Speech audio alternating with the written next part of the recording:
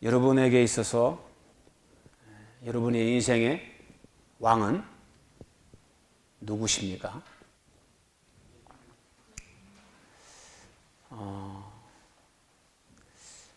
세조 때에는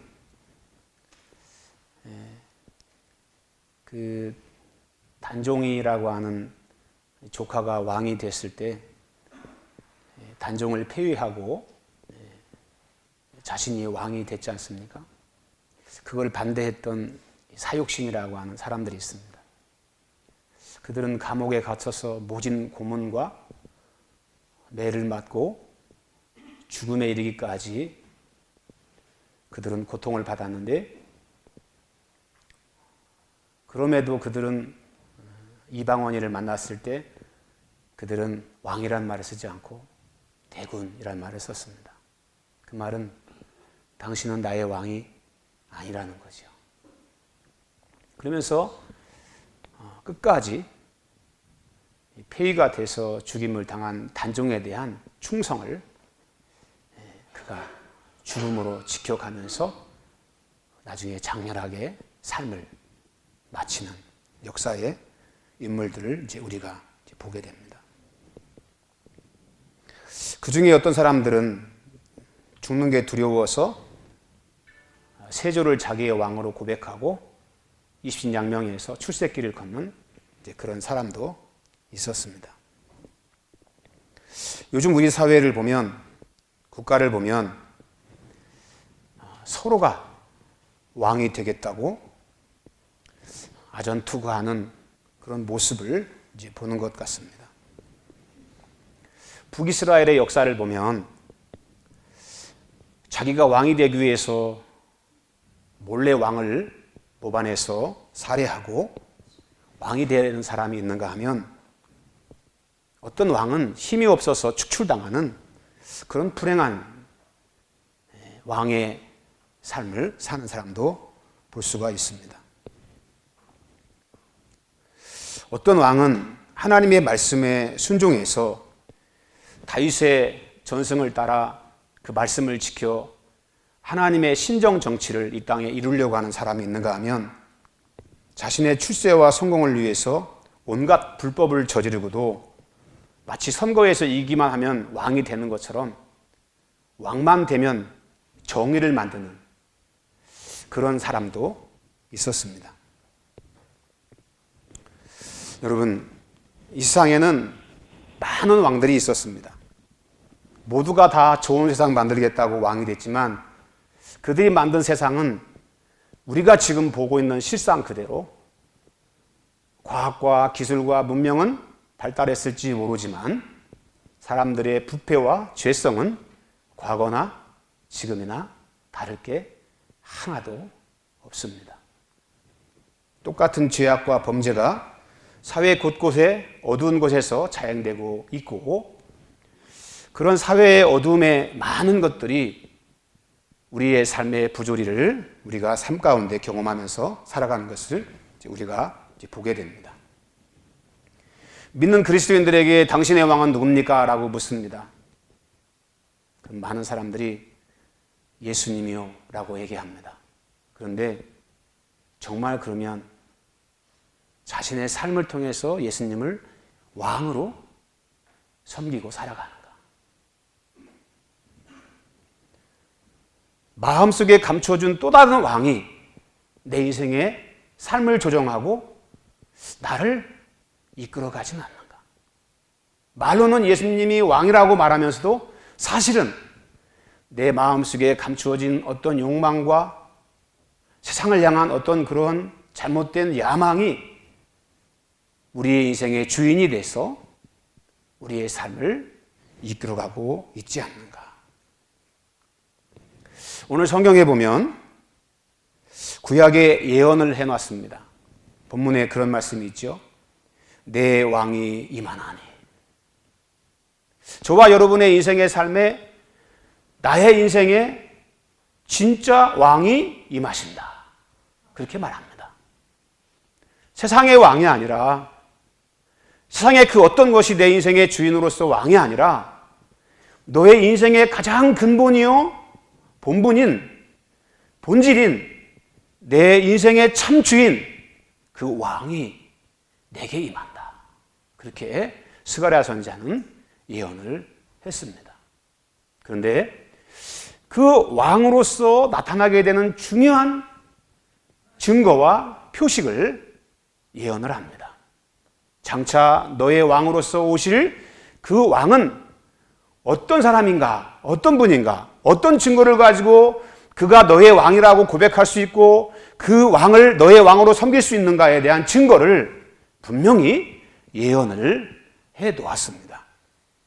스가랴 9장 9절에 보면 그 사실에 대해서 이렇게 예언을 하지 않습니까? 시온의 딸이여, 예루살렘의 딸들이여, 기뻐하라, 즐거워하라. 내 왕이 임하시나니 그는 겸손하여 낙이 곧 멍에 매는 짐승의 새끼를 타도다. 장차 내 왕이 임하게 되는데 너의 진짜 왕은 어떤 모습이냐면 바로 이런 것을 보면 그게 너의 진짜 왕이다 라고 하는 것을 예언을 해놓은 거예요. 그 왕이 어떤 왕입니까? 그는 겸손하여 멍에를 매는 짐승의 새끼를 타고 오실 것이다. 그렇게 예언을 한 것입니다. 우리 예수님은 공생의 생애의 마지막이라고 하는 십자가를 앞에 두고 예루살렘에 입성을 합니다. 그렇게 입성하셨을 때 우리 예수님은 스가랴 선지자의 예언대로 여러분 나귀를 타고 그리고 예루살렘에 입성을 하시는 것을 우리가 보게 됩니다. 우리를 구원하시겠다라고 하는 그 왕, 구약에 예언된 그 왕은 겸손해서 나귀를 타시는 분이다. 그것을 보면 너의 왕인 줄 알아라. 너를 구원할 왕, 너의 인생의 본분인 너의 주인의 왕, 그분이 바로 너의 진짜 왕이다. 세상의 왕이 너의 왕이 아니고 그분이 너의 왕이다 라고 하는 것을 예언해 놓은 거예요. 예언.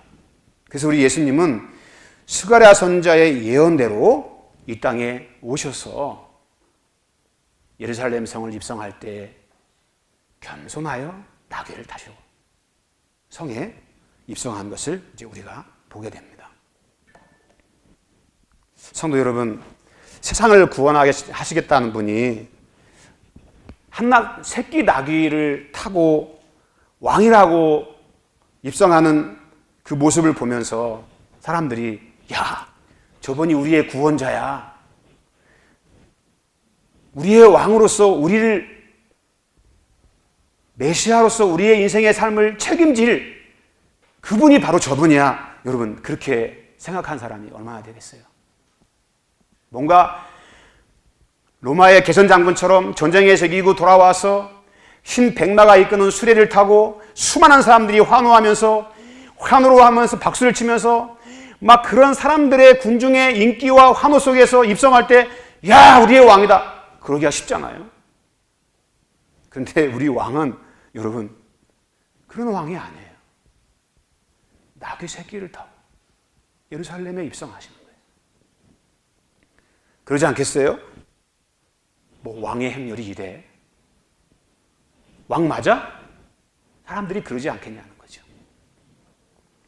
그런데 우리 주님께서 나귀를 타고 오신 이유는 바로 구약의 하나님께서 장차 너희를 구원할 메시아를 보내실 건데 그 메시아가 이 땅에 왔을 때 너희의 진정한 왕이시고 그 왕이 나귀를 타고 겸손하게 입성할 것을 말씀하시는 거예요. 주님은 구약의 예언의 말씀대로 스가랴 9장을 성취하시면서 예루살렘에 입성을 하시는 것입니다. 장차 너희가 왕의 이런 모습을 보면 스가랴 선지자의 예언대로 저분이 바로 하나님이 약속하신 메시아로서 너희의 왕이라고 하는 징표를 보고서 왕으로 맞이하라. 그를 구원자로 고백해라 라고 하는 것을 말씀하시는 거예요.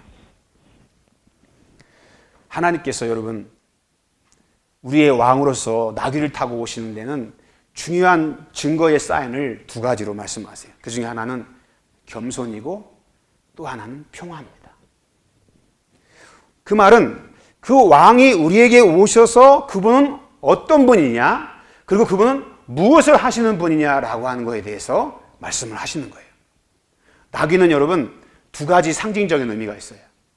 겸손의 의미와 평화의 의미가 있어요. 화평케 하는 의미. 세상의 이기적인 욕망을 채우기 위해서 사람들을 죽이고 이용하고 자기들의 어떤 권력 쟁취를 위해 수단과 방법을 가리지 않는 그런 잔인무도한 그런 왕이 아니라 장차 너희를 통치할 영원한 왕은 지극히 겸손하신 분이고 그분은 너희에게 참 평화를 줄 것이다 라고 하는 예언의 말씀인 거예요. 예언의 말씀. 주님께서 말씀하시잖아요. 요한복음에 보면 나보다 먼저 온 사람들은 다보다 도둑이다. 그리고 주님께서 뭐라고 말씀하세요? 예수님만이 참 생명의 목자가 되신다. 우리의 왕은 첫 번째로 지극히 겸손하신 분이셨습니다. 그리고 지금도 우리 왕은 우리를 향해서 지극히 겸손하십니다. 사실 여러분 헬라 세계에서 이 겸손이란 단어는 긍정적인 용어가 아니었습니다. 사람들에게 호감을 불러일으키는 단어가 아니었어요. 겸손이란 말을 썼을 때는 주로 어떤 사람들에게 썼냐면 패자, 종이나 노예, 가진 것이 없는 사람들에게 주로 사용된 말이었습니다. 그래서 비천하거나 비겁하거나 비굴한 모습의 또 다른 용어가 겸손이라는 말이었습니다.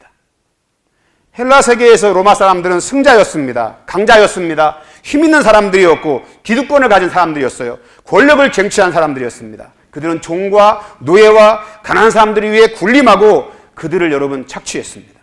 그들을 지배했죠.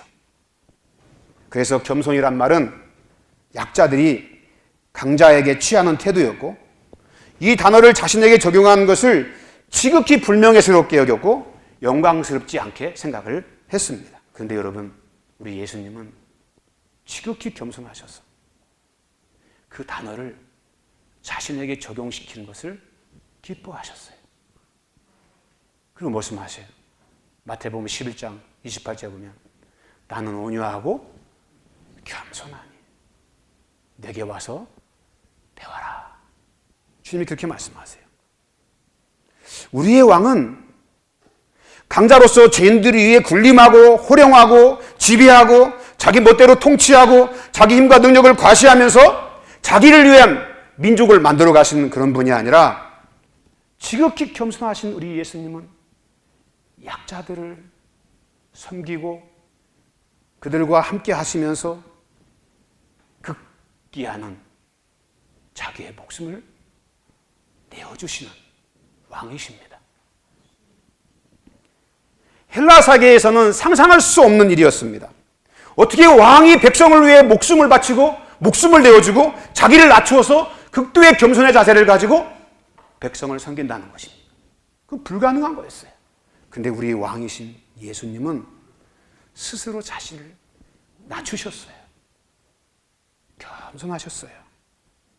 겸손이란 말은 헬라 말로 프라우스라는 말인데 온유하다, 친절하다, 동정심이 많은 그런 의미로 사용되어졌습니다. 포악하고 자기 야망을 이루기 위해서 수단과 방법을 가리지 않고 자기 욕심을 이루기 위해서 거짓과 술수를 써도 정치적인 힘과 권력만 쟁취하면 그것이 정이고 그것이 힘이고 그것이 법이 되는 그런 왕이 아니십니다. 지극히 겸손하셔서 우리의 왕이신 예수님은 죄를 지은 자들에게 그렇게 온유하시고 그렇게 친절하시고 가슴 아파하고 인생을 힘들게 살아가는 수많은 사람들에게 함께 마음 아파하시는 동정심이 많으신 그런 왕이셨습니다. 그래서 겸손하신 분이에요. 겸손이 무엇입니까? 낮아지신 거죠. 스스로. 낮아지니까 낮은 사람들의 삶의 아픔, 삶의 눈물, 그들이 겪는 인생의 우환과 고통이 무엇인지를 가장 잘 아시는 분. 여러분, 이 겸손의 능력이 바로 사랑의 능력인데, 겸손해서 내려가서 그들의 아픔을 볼 때 우리의 왕은 그 고통의 백성들의 아픔을 가만히 보고 구경만 하시는 왕이 아닌 거예요. 어떤 왕입니까? 십자가에 자신을 던져서 채찍에 맞고 고통을 당하고 죽임을 당하는 그런 왕이십니다. 이 세상에 여러분 어느 왕이 그렇게 합니까? 우리 예수 그리스도와 겸손하신 우리 주님은 세상의 영광을 누리기 위해서, 세상의 권력을 쟁취하기 위해서 인생을 살아가시는 그런 분이 아니라 지금도 인생의 고통에서 씨름하고 아파하는 수많은 인생의 사연을 가진 사람들의 마음을 보듬어주고 그들의 죄의 짐을 짊어지고 인생의 짐을 짊어지고 그 머리를 짊어지고 십자가의 길을 걸어가시는 그분이 바로 예수 그리스도, 우리의 왕이십니다. 예수님은 세상이 주는 화려함과 인기가 주는 권력의 옷을 입지 않으셨습니다. 오히려 새끼 나귀를 타고 누가 봐도 별 볼 일 없는, 볼품없는 왕의 행렬을 하고는 도저히 믿기지 않는 그런 왕의 대로를 주님께서 걸어가셨습니다. 사람들의 인기, 사람들의 인정, 그것이 아니라 오늘도 긍휼의 마음으로 고통받는 사람들의 자리에서 함께 낮아진 마음으로 나귀 속에서 함께 그 길을 걸어가면서 여러분 그들의 삶과 동행해 가시는 그것이 우리 왕의 예루살렘의 입성이셨습니다. 여러분 정말 놀랍지 않습니까? 진정한 능력은 세상이 주는 권력과 힘을 가지고 세상을 구원하는 것이 아니라 자기를 내려놓음으로 인해서 취할 수 있지만 버리고 섬김의 자리에서 약자들과 고통받는 자들과 죄인들을 위해 자기 목숨을 버리는 극도의 겸손의 왕의 능력만이 우리를 모든 인생의 저주와 불행에서 우리를 건져주시는 것입니다. 그분은 그래서 지극히 겸손하신 분이었어요. 지극히 겸손하신. 우리의 왕을 두 번째 보십시오. 그 왕은 평화의 왕이십니다. 겸손하신 왕 우리 예수 그리스도는 이 땅에 오셔서 평화를 선포하십니다.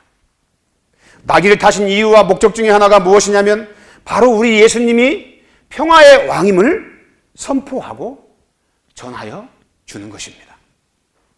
스가랴 9장 9절에서 10절의 말씀 보면 그 왕의 모습에 대해서 이런 말씀합니다. 시온에 따라 크게 기뻐할지어다.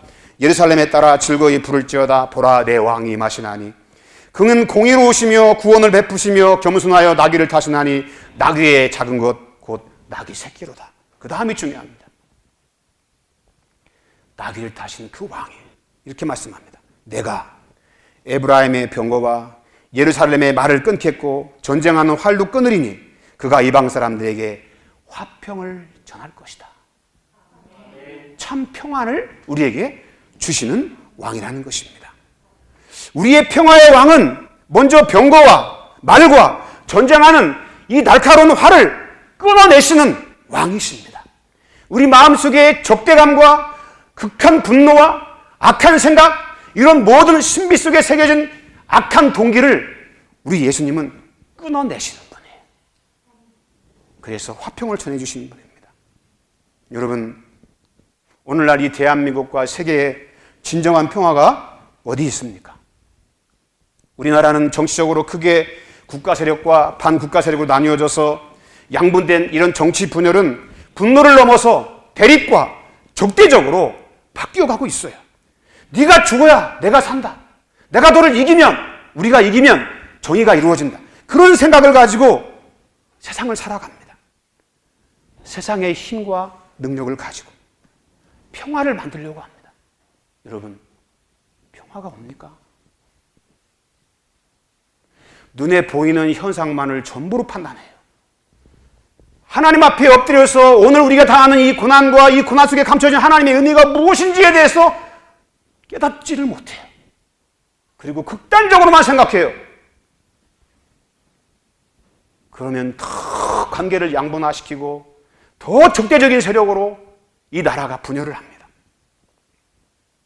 이런 정치적인 분열의 심각한 사회적인 국가 현상은 사람들의 마음을 서로가 막 대립하게 만드는 그런 사회가 됐어요. 여러분, 이런 국가 간의 정치적인 갈등도 치유하기가 그렇게 힘들어요. 안 되잖아요. 그래서 사람들이 모이면 정치 얘기를 안 한대요. 왜? 싸우니까. 우리나라가 이렇게 됐어요, 지금.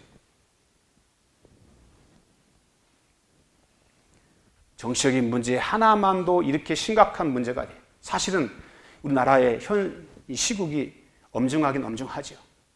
그런데 그 현실만 보면 사람이 극단적이 돼요. 평화의 왕을 모르시는 거예요. 이 고난 속에 담긴 하나님의 뜻이 뭔지를 모르기 때문에 그래요. 다 치우쳐서. 궁극적으로 여러분, 평화의 왕이신 우리 주님, 세상의 왕은 정치적으로 우리에게 어떤 소득을 더 많게 하고 우리의 어떤 원하는 의식과 우리의 사상과 우리의 원하는 정치적인 어떤 그런 구조들을 만들어낼 수 있을지 모르지만 세상의 왕은 진정한 우리 마음속에 평화를 줄 수 없어요. 여러분,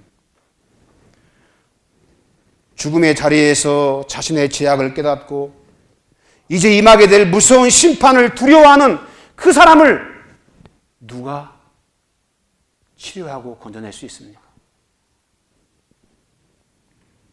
양심이 끊임없이 나를 고소할 때 죄책감에 빠져서 평안을 잃어버린 채 끊임없이 인생의 절망을 부둥켜 안고 고통당하는 그 사람들의 마음을 누가 치료할 수 있습니까? 연약한 의지를 가지고 원수들이 끊임없이 공격하는 그런 삶의 상황에서 그 사람의 마음에 누가 힘이 되어줄 수 있습니까? 양심의 가책으로 심한 고통을 받고 죄책감에 눌린 사람들에게 여러분 그 마음을 치료할 수 있는 비약이 있습니까? 요즘 젊은이들이 읽는 많은 책과 영화, 핸드폰, 죄를 부추기는 그들은 모든 유혹의 자리에서 그것을 능히 깰 수 있는 그 힘이 어디에서 주어질 수 있습니까? 그 유혹에서 그들을 완전히 보호할 수 있는 약이 여러분 있습니까? 인생의 궁극적인 문제 앞에서 해결할 수 있는, 치유될 수 있는 방법은 세상의 왕을 가지고는 방법이 없어요. 그래서 어떻게 합니까? 사람들은 그런 고난과 아픔이 있을 때마다 잊으려고 해요.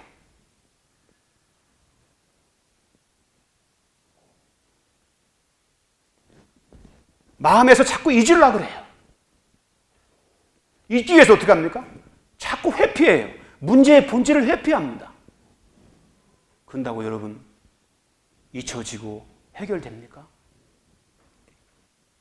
어떤 사람들은 막 무관심의 시선을 돌립니다. 그런데 무관심하게 그냥 인생을 살면 마음이 평안해집니까? 무의식화된 그러한 동기가 내 안에 들어가서 그것이 인격 속에 내재돼서 일상의 삶에서 말에서 행동에서 다시 나타나게 됩니다. 모른다고 부인하고 약물에 의존하고 스스로 포기하고 자학하면서 자기를 처벌해 보지만 여러분 그 양심의 고통에서 누가 자유로울 수 있겠어요? 어떻게 해야 이런 심한 죄책감과 인생의 절망과 죽음의 고통에서 참 평화를 우리가 누릴 수 있는가? 그런 얘기하면 길이 있다고. 우리의 평화의 왕이신 예수 그리스도 그분이 당신의 그 죽음과 고통과 죄책감과 절망에서 당신을 치유할 수 있다고 얘기해주면 사람들은 그렇게 생각해요. 아이고 허무맹랑한 얘기로 취급합니다. 예수 그리스도의 구원의 은혜를 필요성을 못 느껴요. 바쁘다는 거예요. 피곤하다는 거예요. 여유가 없대요. 그리고 흔히 하는 말, 과학적이지 않다는 거예요. 그런데 여러분 성경에 하나님께서 우리의 왕으로 오신 예수님이 무슨 일을 하셨습니까? 원수된 것, 그 의문에 속한 것을 십자가로 소멸하시고 법조문으로 된 율법을 폐하시고 십자가로 이 둘을 한 사람을 지어 화평케 하셨다라고 말씀하십니다. 예수님만이 참 평화의 왕이시기 때문에 지극히 겸손하셔서 죄인을 멸시하지 않고 그 죄인의 짐을 짊어지고 십자가에 죽어주셨어요. 우리의 인생의 무거운 멍에를 짊어지고 십자가에 죽어주셨어요. 자기 육체로 패하셨습니다. 그리고 부활하셔서 모든 만물을 그 발 아래에 복종시키시고 모든 입으로 예수 그리스도를 주라 시인하게 하시고 그 앞에 무릎을 꿇려서 만물 위에 우리의 왕으로 고백하게 하셨습니다. 이 왕이신 예수님만이 우리의 인생에 참 평화를 줄 수 있어요. 죽음의 절망 앞에서도 예수 그리스도에 대한 믿음, 그분에 대한 은혜를 우리가 기억하고 그분을 우리가 신뢰하고 있을 때 죽음조차도 우리는 여러분 어떻습니까? 소망이 있어요. 기쁨으로, 감사함으로 우리는 이겨갈 수 있습니다. 이 땅의 왕은 우리에게 참 평화를 줄 수 없습니다. 그런데도 이기적인 욕망을 채우기 위해서 자기가 왕이 되려고 그래요. 우리 왕이신 예수님만이 참 평화를 주십니다. 그렇게 말씀하세요. 수고하고 무거운 짐진 자들아 다 내게로 와라. 내가 너희를 쉬게 하겠다. 주님이 쉬게 하시겠다는 것은 무엇입니까? 주님이 나 대신 멍에를 져주셨기 때문에 그래요. 사랑하셔서 내가 매야 할 인생의 멍에, 고통과 죽음의 멍에를 주님이 대신 메워주셨기 때문에 이 땅의 고달픈 인생길을 걸어가는 수많은 사람들에게 말씀하실 수 있는 거예요. 수고하고 무거운 짐진 자들아 우리의 왕이신 예수 그리스도 앞에 오라고 그렇게 말씀하시는 것입니다. 성도 여러분, 종려주의를 맞이하고 고난주의를 맞이하면서 우리의 이 왕을 여러분 놓치지 않게 되기를 원합니다. 예루살렘 성문을 활짝 열어놓고 우리의 왕을 환영하고 그 왕을 우리가 열렬히 종려나무를 깔면서 우리가 그 입성을 축하하듯이 우리의 왕이 우리의 인생의 삶 가운데 그냥 지나가게 않지 않도록 우리가 그 왕을 호산나 다윗의 자손이여 우리의 삶 가운데 초청하는 저와 여러분 될 수 있기를 바랍니다. 성경의 수많은 사람들은 왕이신 예수님이 지나갈 때 어떻게 하셨습니까? 나면서부터 소경됐던 바디메오는 그 왕을 향해서 소리쳐 외치지 않았습니까? 우리를 불쌍히 여겨달라고. 왕이신 예수님은 가시던 길을 멈추고 그를 부르라. 내가 내게 무엇하여 주기 원하느냐? 그랬을 때 여러분 바디메오가 뭐라고 말합니까? 주여 보기를 원하나이다. 그럴 때 주님께서 뭐라고 말씀하시죠? 내 믿음대로 되라. 그때 눈이 밝아져서 예수님을 보게 됐습니다. 2025년 종려주일 우리의 왕이 오신 왕인 날입니다. 우리의 마음의 문을 활짝 열어놓고 주님을 맞이하라고 우리에게 말씀하십니다. 영적인 무지 속에서 왕을 알아보지 못하고 배척하고 스스로 버리지 말고 우리에게 주어진 기회 속에서 그 왕을 자기 인생에 우리의 집에 우리의 삶 가운데 모셔드리라고 말씀하십니다. 그분은 겸손하셔서 우리의 인생에 지친 멍에를 짊어져 주시고 참 평화를 우리의 가정 안에 내 인생의 삶 가운데 내 심령 가운데 베풀어 주십니다. 안 돼서 현실이 절망적이어서 고통하고 내가 원하는 데 되지 않아서 낙심되는 그런 상황, 여러분 우리의 왕이신 참 평화이신 하나님이신 예수 그리스도를 내 삶 가운데 진심으로 중심에 모시면 문제가 문제로 보이지 않는 그 속에 감춰진 하나님의 놀라운 또 다른 섭리를 우리는 발견하게 될 줄로 믿습니다. 제자들은 자신의 겉옷을 벗어 주님의 앉는 자리에 깔았습니다. 겉옷은 자기 몸을 가리는 것입니다. 사람들 앞에 자기 체면과 상식을, 가식을 자기 지키기 위해서 겉옷을 입습니다. 여러분, 그런 우리의 체면, 가식을 버리고 왕 앞에 나가야 돼요. 겸손하신 우리 왕은 진실을 기뻐하십니다. 이스라엘 백성들은 강력한 힘을 가진 메시아를 기대했습니다. 군사적으로 로마를 이기고 세계를 제패해서 자신들이 원하는 강국을 이 땅에 만들기를 원했습니다. 세상을 지배하고 제패하는 메시아를 투사해서 그 왕을 그들은 고대하고 그 왕을 대망했습니다. 하지만 우리 주님은 세상 권력의 매를 맞고 세상 권력에 의해 책지질을 당하고 세상 권력에 의해서 모멸과 멸시를 받으면서 십자가를 치고 죽임을 당하는 무능한 메시아의 모습을 우리에게 보여주셨습니다. 자기 집착에 사로잡힌 사람들은 아직도 자기 인생의 겉옷을 입고 있는 겁니다.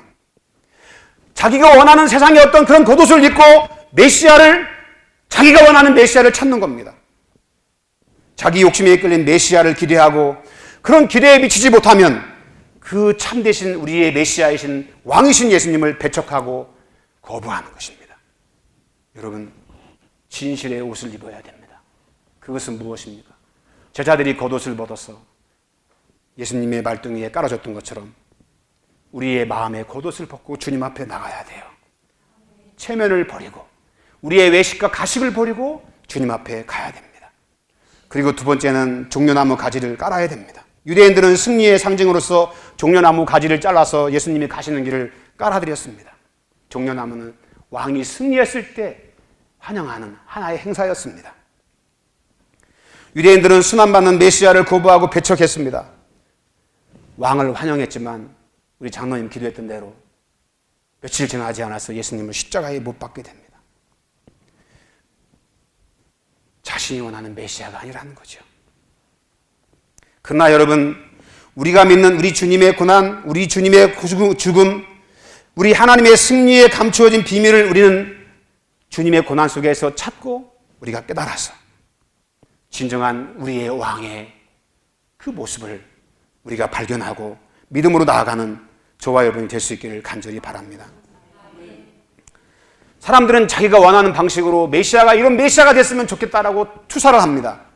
거기에 초점을 맞추고 자기 인생의 삶을 승부를 겁니다. 여러분, 우리 메시아는 내 초점에 맞추는 것이 아니라 하나님 아버지의 구속에 초점을 맞췄습니다. 그리고 당신의 목숨을 버리시고 십자가에 죽어주셨습니다. 오늘도 내 뜻을 버리고 주님의 뜻을 신뢰하면서 오늘도 이 역사 속에 감추어진 우리 주님의 이 고난 속에 감추어진 이 비밀을 우리가 발견하고 우리가 나갈 때 하나님의 놀라운 경륜을 우리가 보게 될 줄로 믿습니다. 고난받는 종에게 무슨 유익이 있고 채찍마다 쓰러지는 유약한 메시아에게 무슨 승리가 있느냐라고 사람들은 의구심을 가지고 거부했지만 우리 하나님은 우리의 죄를 그에게 담당시키셔서 우리의 부정과 저주와 죄의 짐을 다 청산해 주셨습니다. 할렐루야. 우리 주님은 승리의 왕이십니다.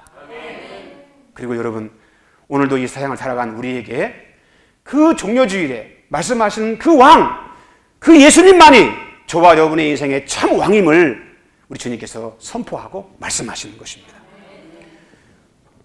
승리의 왕이신 우리 주님 앞에 종려나무를 깔아서 우리 마음속에 진정한 승리는 예수 그리스도, 그분이 나의 승리임을 고백하는, 그래서 하나님이 기뻐하는 거룩한 종려주일로서 오늘 주님과 함께 승리하는 저와 여러분 될 수 있기를 간절히 바랍니다. 할렐루야. 기도하십시다.